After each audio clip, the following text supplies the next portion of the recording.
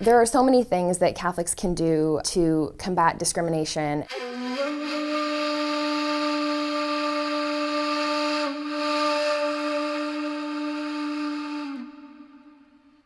One of the things I think in our everyday lives that's important is to not let uncharitable or untrue comments about Muslims slide by.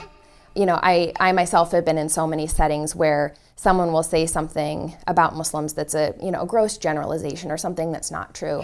And even myself, I won't challenge it, or I won't say, hey, I don't think that's quite right. But I think it's really important that we do that. And this is something that Pope Francis has talked about a lot. And that also comes up in the Second Vatican Council documents. It says we have to treat everyone, whether they're Christian or not, as brothers and sisters. And we cannot truly call ourselves children of God if we're not willing to truly honor the humanity in all people. Nostra Aetate was a document issued by the Catholic Church in the Second Vatican Council in 1965. And it was the first time that the Catholic Church not only spoke about Muslims, but spoke about them in a positive and praising sort of way. So the section on Muslims in this document begins with an affirmation or an acknowledgement that the Church holds Muslims in high esteem, or with respect and high regard. I think one of the high points in the past 50 years was the outreach of John Paul II and his papacy.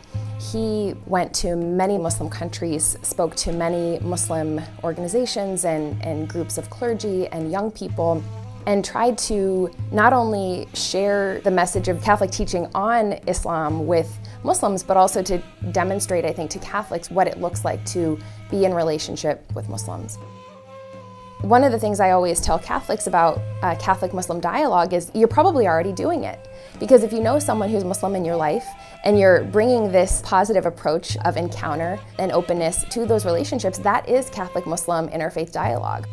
They, like us, are a person of faith who is struggling to put words around the experience of being loved by God.